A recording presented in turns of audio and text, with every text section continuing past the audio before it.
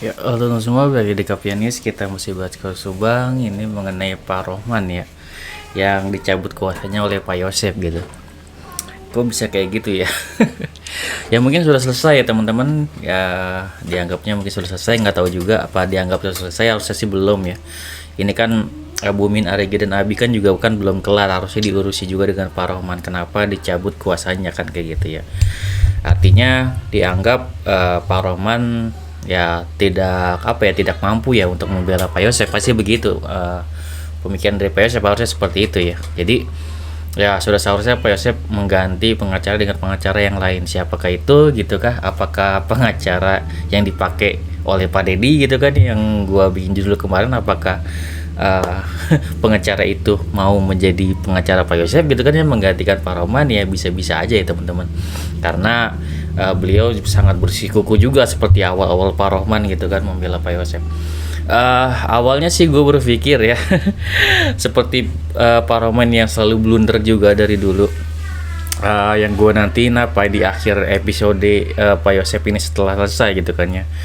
Ya mungkin teman-teman ada yang berpikir sama, ada juga yang enggak. Mungkin yang gue tunggu-tunggu mungkin pernyataan Pak Roman mengenai apa, mengenai oh mungkin bisa dikatakan saya sudah prediksi gitu kan, bahwa Pak Yosef adalah pelakunya gitu. Mungkin kan uh, bisa aja Pak Roman membuat statement seperti itu di akhir gitu kan ya. Namun ya sebelum beliau membuat mungkin pernyataan seperti itu, ya sudah dicabut duluan gitu kan. Di sini gue mau bilang bahwasanya gue sih punya keyakinan ya bahwasanya Pak Roman ini juga sebenarnya mungkin sudah sangat tahu bahwa Pak Yosef adalah pelakunya. Terlihat dari semua bukti-bukti yang ada, dan juga sangat terlihat gitu kan ya bahwasanya ada beberapa hal gitu kan ya yang Pak Roman ya tidak ungkap juga gitu. Misalkan gitu banyak pasti yang tidak bisa Pak Roman ungkap, ya di balik layar tentunya ya, pembicaraan mungkin dengan Pak Yosef seperti apa gitu kan ya. Mungkin tentang selalu menuduh Yoris atau seperti apa yang tidak ada bukti gitu kan ya. Dan juga ya banyak-banyak kejanggalan juga gitu ya pasti ditemukan oleh Pak Roman. Namun di sini seperti gue bilang juga selalu ya bahwasanya Pak Roman ini hanya bertindak sebagai kuasa hukum, di mana kuasa hukum ya harus membela kliennya mati-matian gitu kan ya, seperti itu. Jadi ya hanya menjalankan tugasnya. Makanya gue selalu bilang dari dulu, Pak Roman hanya menjalankan tugasnya. Apakah Pak Roman berhasil atau enggak, menurut gue bagaimanapun Pak Roman ini berjasa ya untuk Pak Yosef. Setidaknya Pak Yosef diancam hukuman mati ini sebenarnya, atau minimal bahas umur hidup. Namun atas jasa Pak Roman minimal banget ini sudah dihukum serendah-rendahnya dari pasal 340 gitu. Menurut gua itu sudah sangat kinerja maksimal dari Pak Roman, dan itu harus diapresiasi menurut gua pribadi ya. Makanya gua selalu mengapresiasi Pak Roman dari dulu untuk kinerjanya seperti apa. Justru gue penasaran gitu kan ya seperti apa, walaupun yang kita lihat banyak memang blunder dari Pak Roman segala macam, karena memang sulit gitu ya kalau misalkan itu adalah memang pelaku aslinya. Dan bagaimanapun kecerdasan dari Pak Roman itu akan sulit ya teman-teman, banyak blunder dan segala macam gitu akhirnya gitu. Karena apa? Karena ya sesuai kata Pak Roman sendiri gitu kan, kebenaran akan menemukan jalan sendiri. Kalau memang itu kebenarannya gitu kan ya, ya Pak Roman bisa berkata apa kan kayak gitu. Dan kebenarannya kalau misalkan memang Pak Roman dicabut gitu kan sebagai kuasa hukum oleh Pak Yosef, dan ya seperti itulah jalannya gitu. Dan menurut gua Pak Roman apa ya sudah menjalankan tugasnya dengan baik menurut gue pribadi, walaupun banyak banget cibiran dan segala macam mengenai Pak Roman membela pembunuh lah segala macam. Kalau menurut gue ya, kalau menurut gue pribadi Pak Roman sudah menjalankan tugasnya secara profesional gitu kan ya, sebagai pengacara gitu kan ya. Ya tidak menutup memang misalkan beliau membela tersangkanya gitu kan. Beliau kan hanya menjalankan profesinya, menjalankan undang-undang bahwasanya setiap warga negara berhak untuk mendapatkan perlindungan hukum atau mendapatkan pendampingan dari seorang pengacara. Itulah tugas seorang pengacara, dan menurut gua sah-sah aja, dan itu sudah dijalankan secara profesional. Makanya menurut gua dari Pak Rohman adalah pengacara yang baik ya, yang bisa dipakai oleh semua orang. Begitu juga dengan ATS Lofam gitu. Jadi tidak ada yang salah di sini. Jadi tidak perlu menjelek-jelekan dari pengacara manapun. Menurut gua Pak Roman sudah menjalankan tugasnya dengan baik. Menurut gua seperti itu ya teman-teman. Jadi melihat kita apa yang mengawal Kaus Subang ini gitu kan ya, terlihat Pak Roman sangat profesional menurut gua, berjuang mati-matian gitu kan ya. Yang beliau keluarkan statement-statement itulah statement sebagai seorang pengacara gitu ya.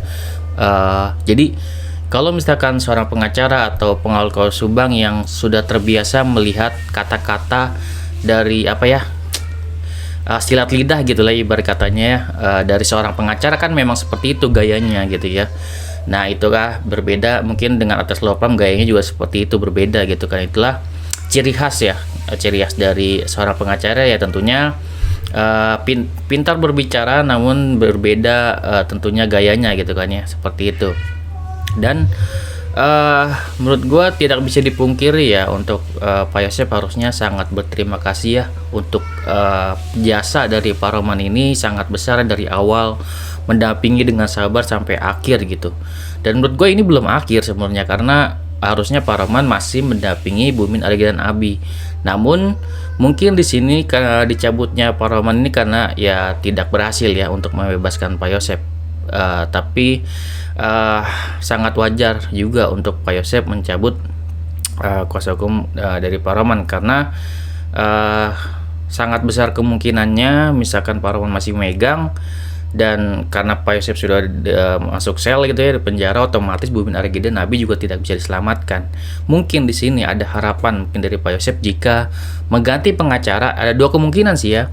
Jika mengganti pengacara yang baru, ada kemungkinan masih ada harapan untuk Pak Yosep, Bumin, Arigi dan Abi dibebaskan gitu. Mungkin harapan Pak Yosep seperti itu. Atau ada kemungkinan lagi yang kedua, yaitu di sini Pak Yosep sudah menyerah gitu.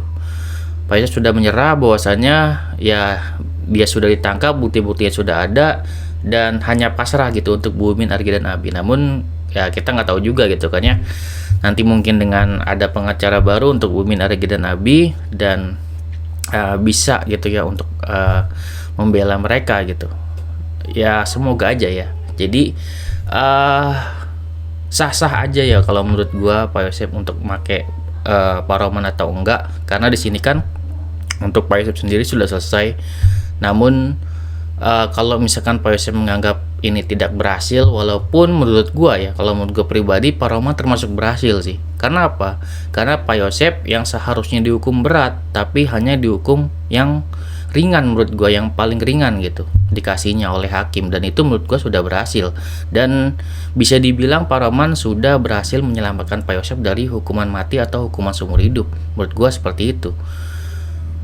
Jadi ya itulah, harus diapresiasi juga kinerja atau kerja keras dari Pak Roman. Dan jika memang kerja kerasnya tidak dihargai, ya seperti itulah memang konsekuensinya gitu kan ya.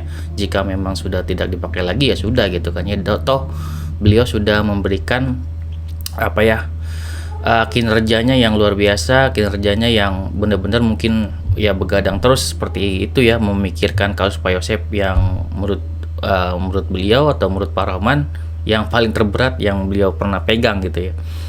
Dan jika memang ini tidak berhasil dari Pak Roman, ya kalau memang kenyataannya Pak Yosep adalah pelakunya, yang mau dibilang apa gitu kan ya.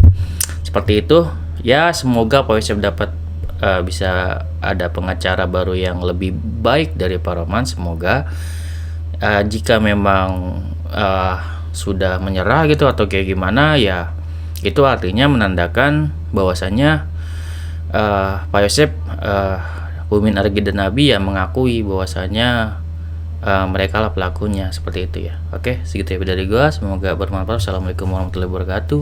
Teman-teman.